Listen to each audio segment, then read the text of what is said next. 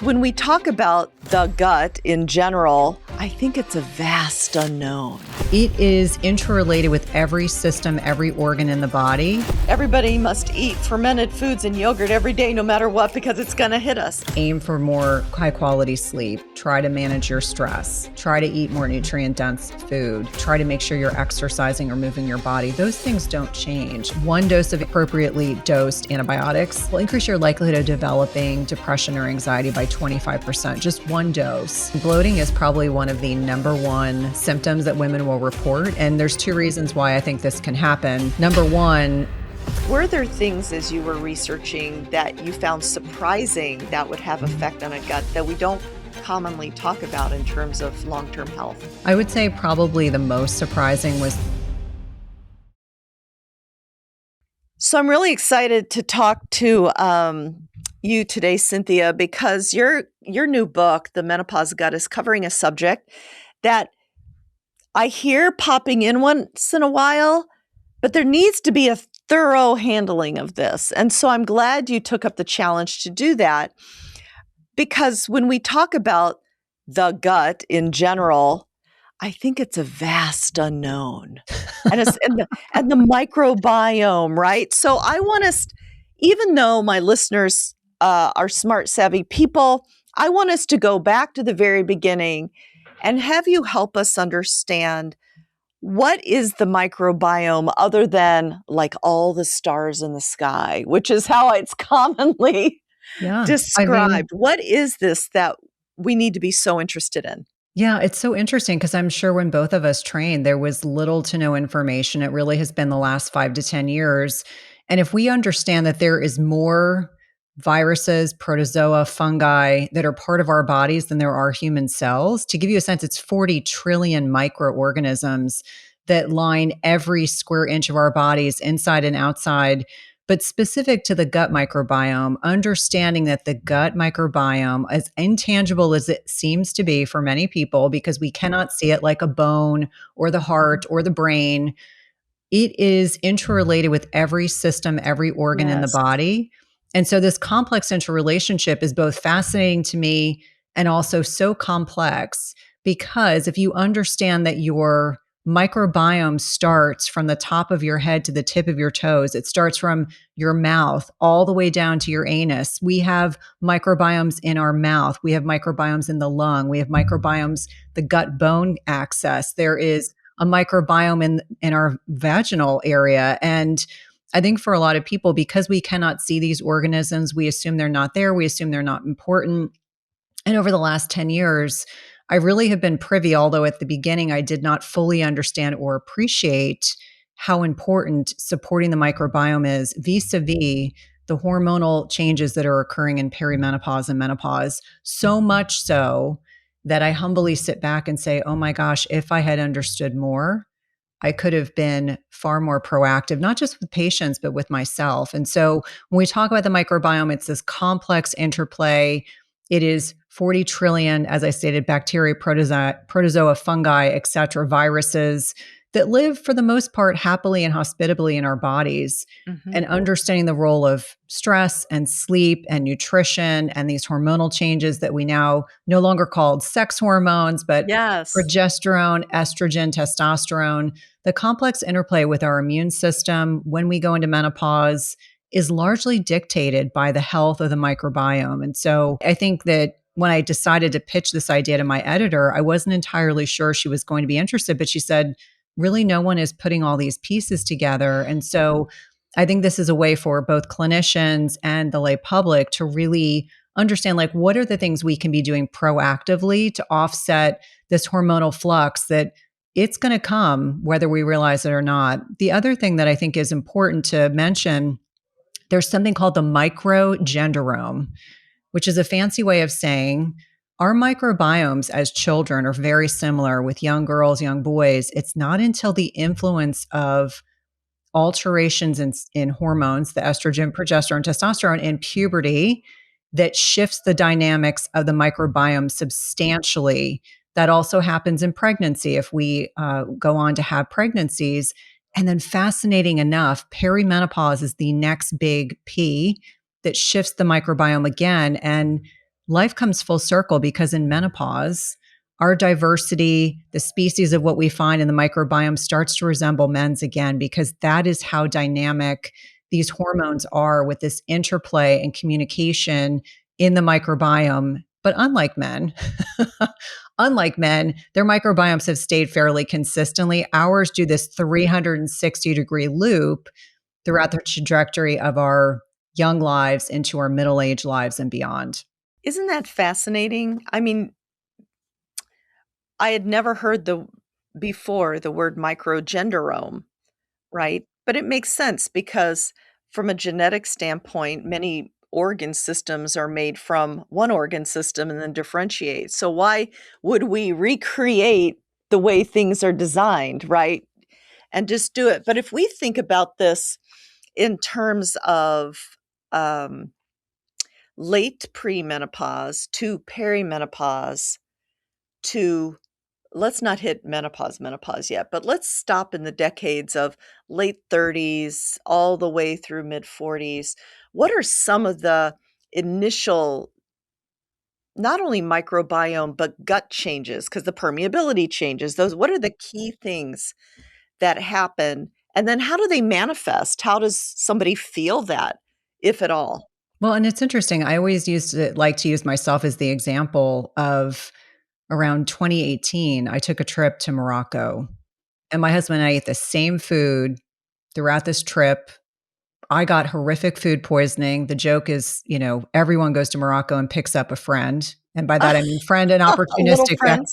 an opportunistic friend we don't want. But I got terrible food poisoning. At the time I kept saying, how could we have eaten the same food and yet you were fine and I wasn't? Has a lot to do with the immune system changes that are occurring. Estrogen really is the glue for the immune system. Estradiol, the predominant form of estrogen our bodies make. So I think in many ways, you astutely mentioned the leaky gut, which we'll get to. But I think for a lot of people, they'll start noticing that they are more likely to have opportunistic infections. And that is a byproduct of this estrogen glue, if you will. Think of it as mortar to help with the one cell layer thick of the small intestine. Right alongside that one cell layer thick is the immune system. So anything that breaches the small intestinal lining will activate the immune system. So for me, I had this massive immune response Mhm. to this foreign, turned out to be Giardia. This Oh, Yeah, it was fun. This opportunistic infection, and so that then mounts this immune response. So there's definitely gut barrier breakdown, more inflammation. Interestingly enough, leaky gut can lead to alterations in something called lipopolysaccharide, which is this endotoxin with gram-negative bacteria that can pass through our circulation. Which, if you get food poisoning, you feel really bad. You might have fevers, you might be achy. That is your body trying to mount an immune response. And so the systemic inflammation then leads to, this ramping up in the immune system. But what's interesting is our immune system, as we're navigating, perimenopause into the latter stages, it isn't as robust. The immune system of a perimenopausal woman is not what it was 10, 15 years ago. And so what's interesting to me is that shows up as, oh, I got this opportunistic infection, but we don't understand is that rampant inflammation stays elevated. We don't mount as strong of we have two ways of thinking about the immune system. We have this kind of primordial, basic inflammatory response. It's not as targeted. Then we have a much more, the acquired innate immune system, which is much more robust. That's where you talk about antibodies and B cells and T cells. That even takes a hit and it starts to kind of create this situation where there just tends to be more overt inflammation. And what's interesting, Vonda, and is relevant to you, is that more inflammation actually leads to more bone breakdown. And so I remind people that leaky gut is not benign. We know women are 4 to 5 times more likely to develop autoimmune conditions in the perimenopause to menopause transition, but it also impacts the health of our bone. And so, early stages of people, whether they're osteopenic or very young women with osteoporosis, I'm sure that you do see that. Other things that happen is we get this reduction in short chain fatty acid production. And these are signaling molecules, and they're really important because they help kind of bolster the health of the gut microbiome. The gut lining, which we just mentioned, is one cell layer thick. They're important for lowering inflammation. They're important for blood sugar stability. And I oftentimes will talk about how they're important for satiety. They are intricately connected to a keystone bacteria called Akkermansia, which has started to get a lot more attention and press recently. But I remind people that they're also involved in endogenous, so what our body makes inside, endogenous GLP-1 regulation. So we talk about these very powerful synthetic drugs, which are very important and impactful, but our body also does this naturally. And so we just think about this like domino effect of what's happening: more inflammation, more leaky gut, more likely to deal with bone resorption, more likely to deal with alterations in short chain fatty acids. And a lot of people will say to me, it's not important to consume fiber. And I oftentimes Really? will say, I do hear that. In fact, I call it the new F word, because I've even been interviewed on some podcasts where people have Uh-huh. said, I'd love to have you as a guest, but we can't talk about fiber. Huh. And What so is the reasoning behind that? there are definitely rigid dogmatic principles in the nutrition space, and certainly Hmm, people that are long-term carnivore aficionados I see. feel that Mm. fiber is not important. And I can tell you from all the research that I have read for writing this book, it is evident to me that we need more fiber in perimenopause and menopause than we ever did, because fiber is so important for supporting this short chain fatty acid production. And I think in a lot of different ways, I could also make the argument that lower short chain fatty acid production can also weaken signaling with bone health, so the gut bone axis. I would say the other thing is, when we have alterations in estrogen, we have changes in immune system regulation. We don't absorb nutrients the same way. So whether it's calcium, magnesium, vitamin D metabolism, which I think a lot of people don't know, that it's actually a prohormone. It's not just a vitamin. And so those are kind of the key kind of higher level things that I think are important for people to understand. I would say the other thing that I think is really important to understand is that gut microbiome is interplays with every other system in the body. So if your mouth is not healthy, mouth microbiome isn't healthy, your gut microbiome, your vaginal microbiome, they're all interrelated. It's all fixable. Let me be clear. But it's things that really involve adjusting lifestyle, and then obviously consideration to replacing and replenishing hormones, supplements as well. But it is so vital to understand that there's a lot we can do, but also understand that there's a lot that in terms of research that's still kind of evolving. But we certainly have good clues that the gut microbiome is a key longevity kind of marker for the body, and probably wasn't thought about in that way previously. Appropriately dosed antibiotics will increase your likelihood of developing depression or anxiety by 25%, just one dose. So, what I find for a lot of patients is they'll actually tell me, I'm feeling sad or I'm feeling anxious. And I'm like, that is a direct reflection of what's going on in the microbiome vis a vis these important neurochemicals, neurotransmitters that are there. You may think your bones are fine, silent, but if you're a woman over 40, your bones are talking to you. And unbreakable bone is how you answer back. During perimenopause and menopause, your bone loss can triple without us even knowing it. That is why I created my 8 Shield Building Better Bone program, including Unbreakable Bone Nutrition Augment. Built on clinically studied collagen, microcrystalline hydroxyapatite, and the essential micronutrients your skeleton needs. It's the only formula designed by an orthopedic surgeon who spent 25 years rebuilding bone, muscle, and movement. Stronger bones are the foundation of a longer, more powerful life. Start building your unbreakable era today at shop.drvondawright.com. Well, I think even in the explanation you gave us, and I really appreciate it, I'm sitting here thinking, I see patients every week. It is really hard to get people to change simple things about the way they eat, right? And so if I'm having trouble getting we must feed our muscles and bones with protein, or can we not poison ourselves with sugar, because then we're going to be high inflammation and all the other things that happen with that, and the rampant blood sugar things. To then add on a layer of your gut is leaky, it's not only manifesting as decreased immune function, but the very way that you go to the bathroom is going to change with different foods like it never did. I mean, I think it's overwhelming. Yes, And do absolutely. women say to you as you're talking about this, one more thing? Well, What I are the think things I do first, right? yeah. Well, we still go back to basics, like the same things that I say with consistency. Aim for more high quality sleep, try to manage your stress, try to eat more nutrient dense food, try to make sure you're exercising or moving your body. Those things don't change. These are layers. I remind patients when they come to see me, if we can change one thing between appointments, it's a win. I think when I was a young nurse practitioner, I used to overwhelm my patients, and by that I mean with good intention, but I would write a long list. These are the 10 things I want you to change. And what I've learned about human nature, it is a rare patient that is able to take 10 things and be able to implement them. What I've learned with experience is you pick a couple things in conjunction, like again, that shared consent of what seems feasible. Like some patients, as you know, they're like, I'm willing to work on sleep, but I'm not sure I can do more with my diet. So maybe the thing to do is, can you walk for 5 minutes after a meal? Like Mm, something that simple. I mhm, think it's really important to meet patients where they are.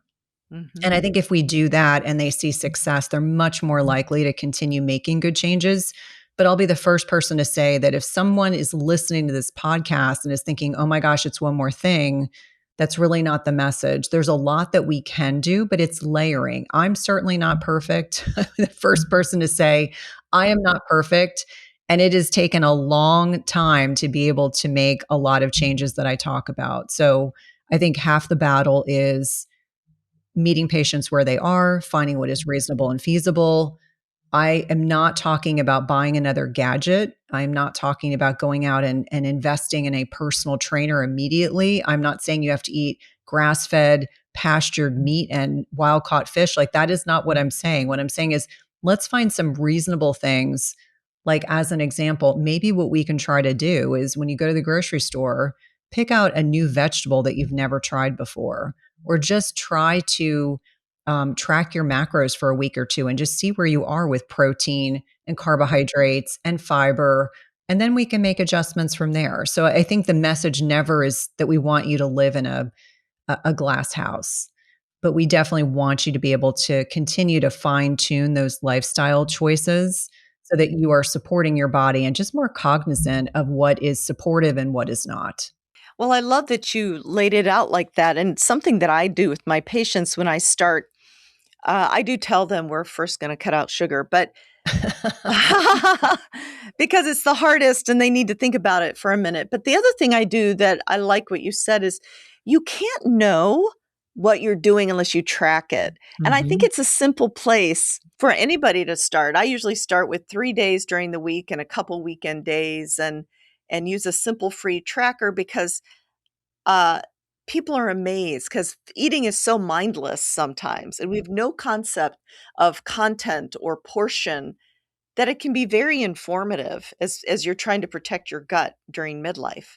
Well, and I think about, like, as an example, one thing that has really stood out to me working with tens of thousands of women is just something as simple as alcohol awareness. I'm not saying not to drink. I'm just saying if suddenly you are aware of the fact that you only drink in one context, like you're a social drinker and maybe you go to a party and next thing you know, you have 2 or 3 glasses of wine and then you've eaten everything on the buffet and then you feel really bad and then you want to go take a nap and you're like, "Oh, my blood sugar must be off."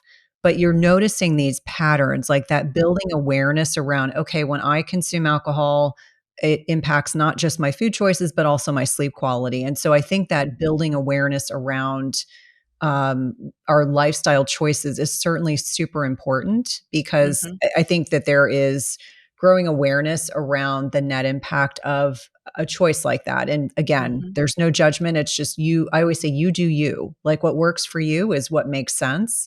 Right. But I think especially when we talk around the holidays, this is when people sometimes say, I don't normally eat X, Y, or Z, but I inhaled half a dozen cookies at my mom's house and I feel like crap, but it felt good at the time. And now I'm like, I won't do that again for another year. Like I now can make those associations. So I think in many instances, it's giving our patients an opportunity to be able to make those connections and then say, I didn't feel good. So maybe I won't do that again. Well, let's hover on something on 2 things that you just said. Let's hover on the alcohol choice, which I agree with you, everybody gets to choose how they feel. But knowing that alcohol will sterilize bacteria, is it your thought, because I was gonna ask you about probiotics and getting the microbiome straight, which we can, but Mhm. it is your thought if someone chooses to drink and maybe does a lot over this holiday season, that we need to repopulate with good bacteria with probiotics? What are your thoughts about correcting this fixing our gut after our extravagance? Yeah, I would say fermented foods, absolutely. And then, layer like I like to look at stool testing. I'm a proponent of test don't guess so then I can make tailored recommendations. But fermented foods are a daily recommendation, whether it's some miso, which is fermented soy, whether it is low sugar kombucha, whether you tolerate dairy, you can do some full fat Greek yogurt, which tends to be a little higher in protein. I think for a lot of individuals, like we always say, let's start with food and then let's layer in what else we need. So whether it's soil based or spore based, but always starting with food because we Mhm, know that you're going to get the most benefits from the food based choices. And then obviously supplementation can be great, but we want to make sure we're using a like high quality brand mm, because as my supplement people like to remind me, a lot of products that we can find in the grocery store, not necessarily all of them, but many of them, the bacteria counts in them are already dead before they get to the shelf. And so this is again where I think using pharmaceutical grade, so higher quality supplements, I think can make a big difference. And I always use as an example, I have my spouse was on 6 months of antibiotics, appropriately given the infection he was dealing with. And so we've been nuanced, adding things back in very diligently. But I know even with my own patients, talking about like, what do we do after antibiotics? And it always goes back to the basics like fermented foods, targeted supplementations with specific probiotics. In some instances, there's a beneficial yeast called Sac boulardii, which has good solid research. And sometimes people hear yeast and they think that's necessarily a bad thing. And I'm like, no, it's a very hospitable yeast species to our microbiome. But the interesting thing that I sometimes will find is one dose of antibiotics, and this is again based on research, will increase your likelihood, appropriately dosed antibiotics, will increase your likelihood of developing depression or anxiety by 25%, just one dose. So, what I find for a lot of patients is they'll actually tell me, I'm feeling sad or I'm feeling anxious. And I'm like, that is a direct reflection of what's going on in the microbiome vis a vis these important neurochemicals, neurotransmitters that are there. So, to your point, I absolutely think probiotics can be a really supportive way to address key changes in the microbiome for sure. well, that's interesting because we know that in midlife, the alteration of estrogen in the brain can cause anxiety and depression always. In addition, then if we're having gut changes and maybe self-medicating with something like alcohol that disrupts the gut microbiota, it just compounds one on another. I almost feel like everybody must eat fermented foods and yogurt every day no matter what because it's going to hit us. And actually, I was feeling it's something I did. I've never liked yogurt. I don't like the taste of it, the whole thought of it, live cultures. I mean, I know we have trillions of living things in our body, but anyway, I never did. But when I was going through this and I was noticing lots of bloating and changes to my gut that I didn't like, and food was sitting differently, I forced myself to find a yogurt that I could tolerate, and now I'm religious about it. I'm like, I'm preferentially eating this because of just this I feel well, repopulating this critical organ population, if you will. Yeah, it's really interesting. Bloating is probably one of the number one symptoms that women will report, and there's 2 reasons why I think this can happen. Number 1, progesterone is this smooth muscle relaxant, not just in our esophagus and elsewhere in our body, but that the digestive system, and then estrogen is intricately interrelated with nitric oxide production. So, Oh, so when everything women in their early relaxes. yep, in their early 40s tell me, "Bloating, I'm constipated, what's happening?" And I'm like, "Oh, this makes so much sense." Mhm, And to your point, you've never been a yogurt person, but you found a yogurt that really helps mhm, enormously. And so the other thing that can happen with that bloating piece that I see often is also underlying food sensitivity. So we talked about that small intestinal lining is so tiny, it's one cell layer thick.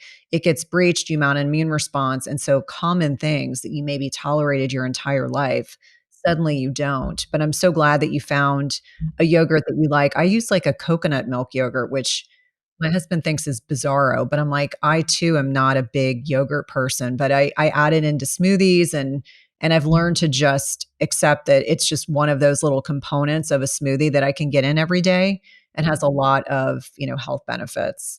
Well, and you're using food as I do. I mean, food can be gorgeous and yummy and a gourmand, but really I just use it as fuel. There's a problem to be solved. There's protein to be had. There's microbiome to be fed. I use it as fuel. I love that. Well, and it's being purposeful, right? I think in many ways we use food for different reasons. Like I have patients that will tell me transparently food is comfort. So I have to find a happy medium. Whereas that hasn't really been other than maybe dark chocolate is maybe my one vice. But It's there's okay. like It's for good me, for you. yeah, it's like self-limiting. But I think for a lot of patients, like acknowledging that for many of them, food is comfort. Like maybe it's a way that they self-soothe as a child, young adult, and heading into perimenopause when so many women will share with me, as I'm sure they do with you as well, like all of a sudden they're looking at everything in their life differently. Are they happy in their relationship? Are they happy with their job? Are they happy being in the sandwich generation where they're between aging parents and older children and all the demands that all of us have, whether it's in the home or out of the home? I think a lot of us start to, I would say the word pause in perimenopause and menopause is so important. It's really a time for us to determine if something's working for us or not. To reflect. Maybe for the first time because we've been so frenetic running around. Yeah. So we've already talked on I was actually just reading this article as I was preparing for this. It was I don't know what you do when you come upon research, I just print it and I've got Yep. this huge stack by my printer. But anyway, this one that I know that I is all about the gut microbiota and bone, which we've talked about. And then you just mentioned we talked briefly about the gut relationship with mood. What other axes have you discovered with the writing of the book that are fascinating that we might not have settled upon? I mean, certainly the gut and the vaginal microbiome for sure. Dysbiosis, we use the term dysbiosis, and that means non beneficial bacteria, but we can find dysbiotic organisms in our mouth, in our gut, in our vagina. And I find a lot of women, when I work on healing their gut, all of a sudden, all their vaginal symptoms. We know that with the loss of estradiol, we get alterations in pH, we have less mucus production, we get less beneficial bacteria. So, all the wonderful lactobacilli that produce mucus in the vaginal vault, they die off. And so, I find for a lot of women, it's not just the HRT, but also the health of our gut microbiome as we start working on that less itching, less painful sex. And itching or pruritus, for those of us that are clinicians, women don't wanna talk about that.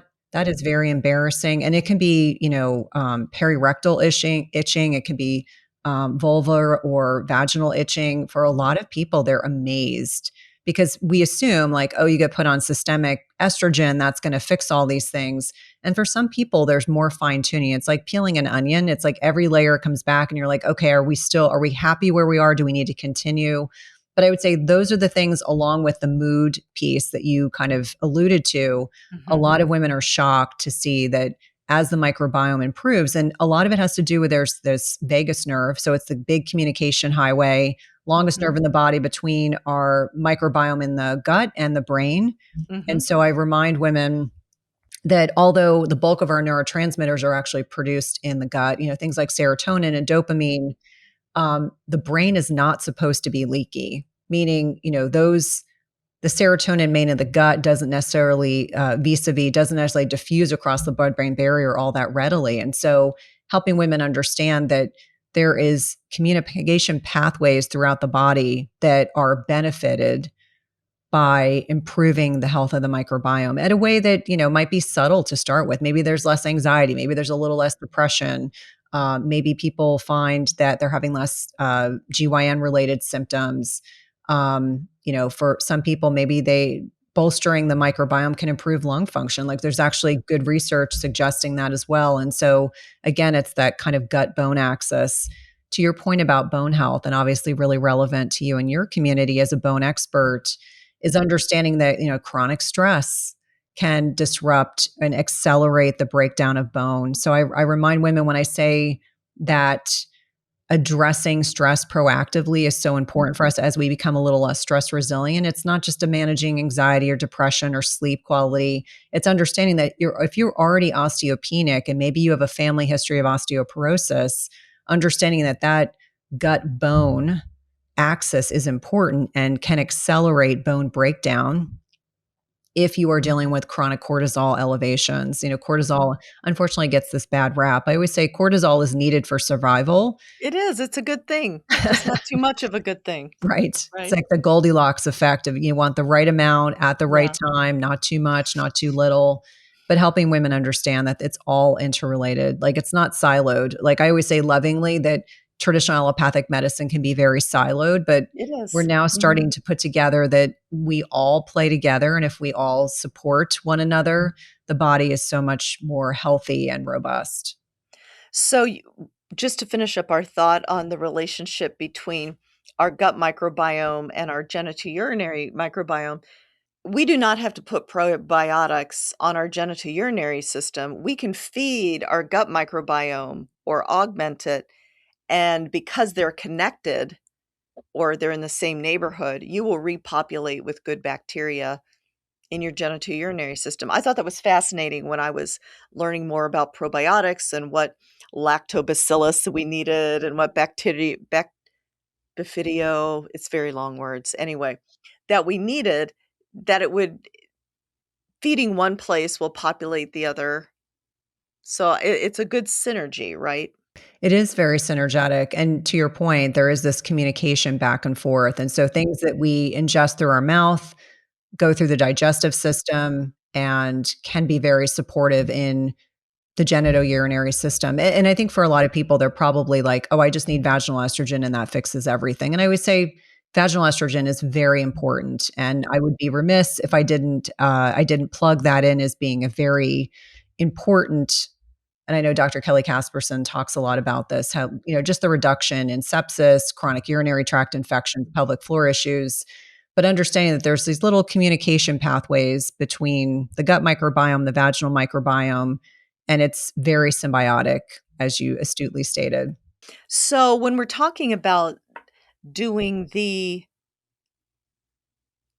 we all know to do these things. It's whether or not we do them. The things you've talked about, the rest, this doing stress better, the exercising for our gut, which is critical.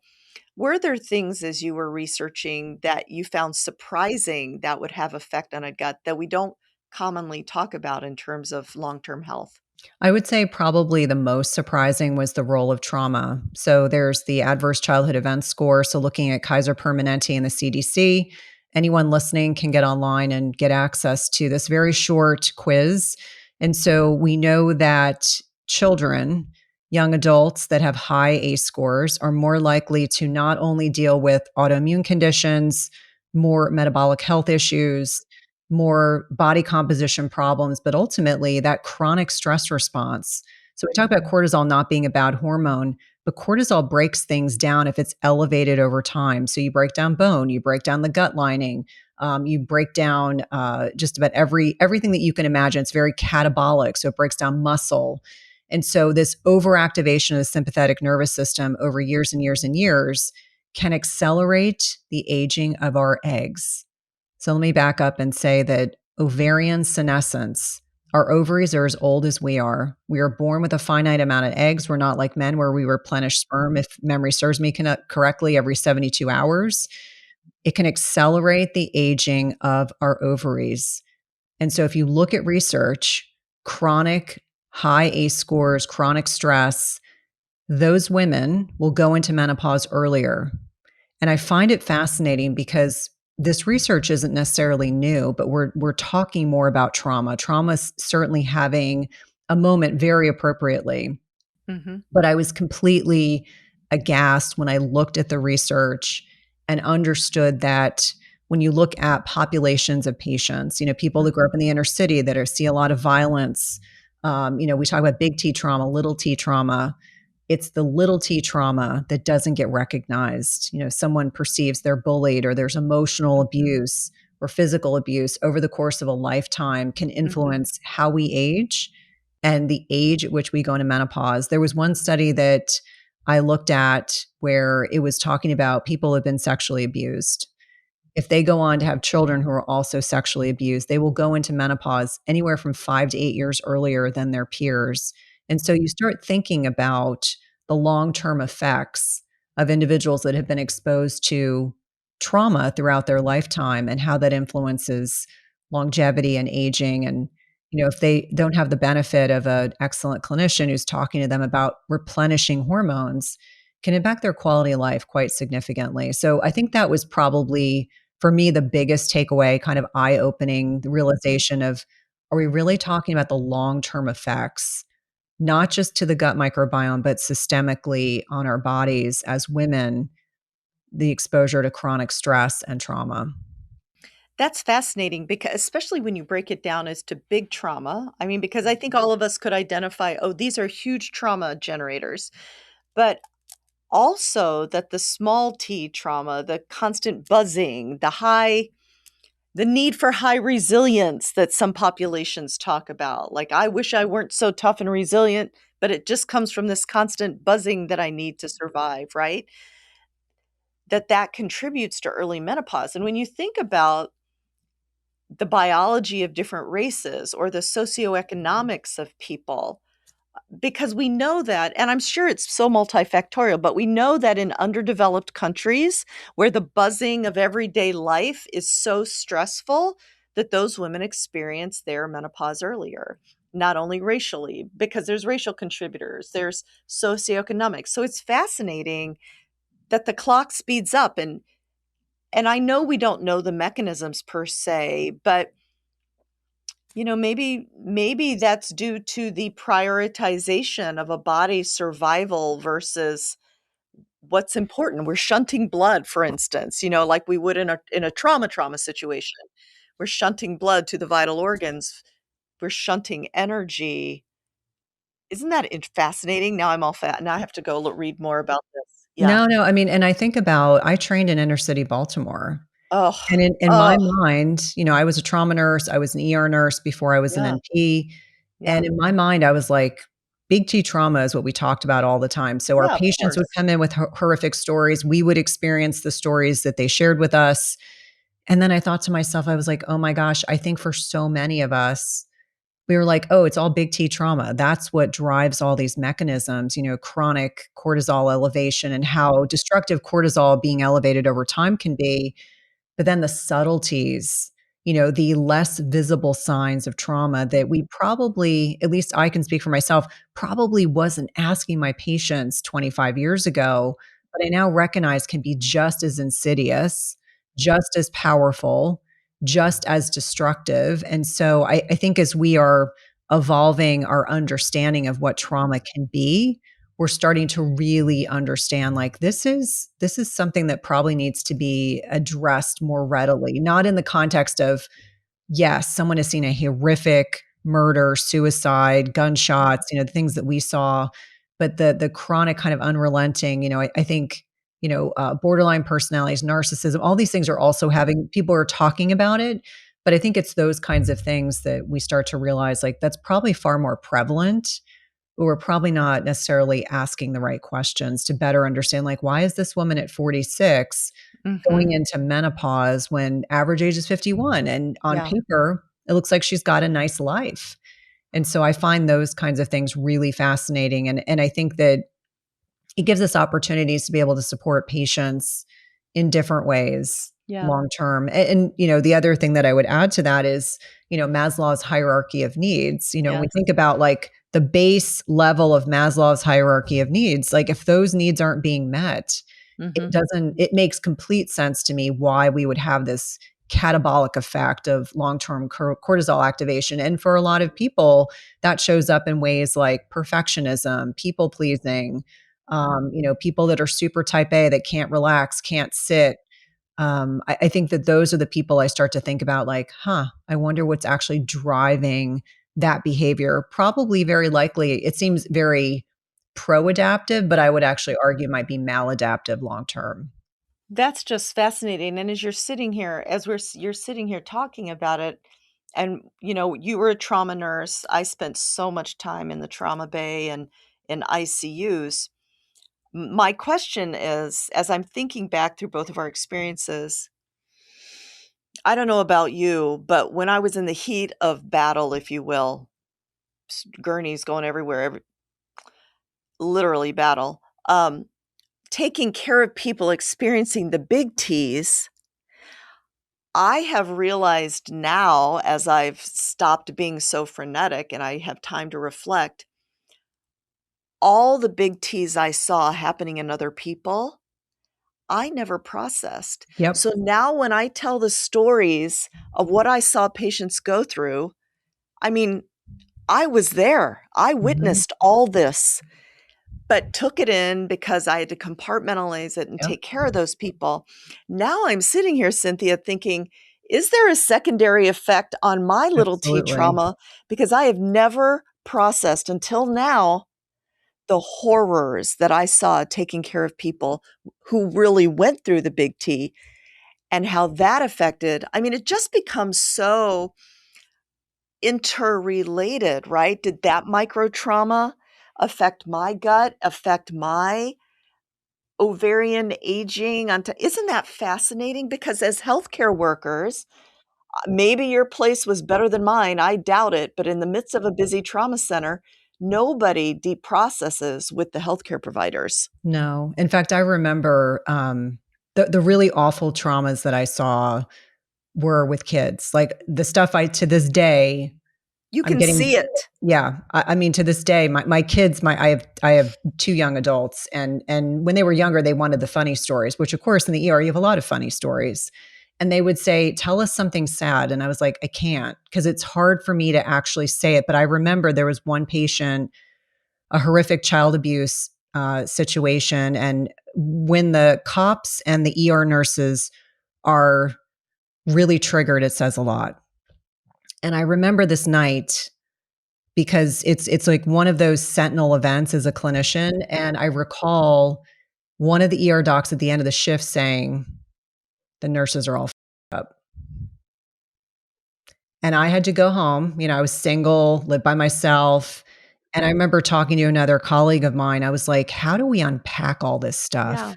Because yeah. at some point, you can't wrap your head around the things that people will do to one another, especially individuals who are dependent on an adult to take care of them, and you internalize all that, and you have to go back Mhm. to work the next day.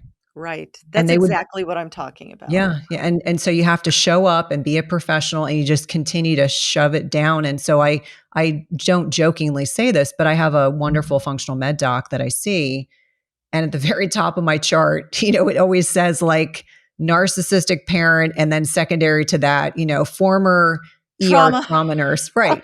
And so he always says, I keep those at the top of your chart to remind you what has come from all of that, what has shown up for you. Because, we work on ourselves and then all of a sudden, oh, I got an autoimmune condition. Why did that happen? Oh, it's because I'm subjugating all that stress over time because we're expected to show up, be professional, shove it down. You got to see the next patient.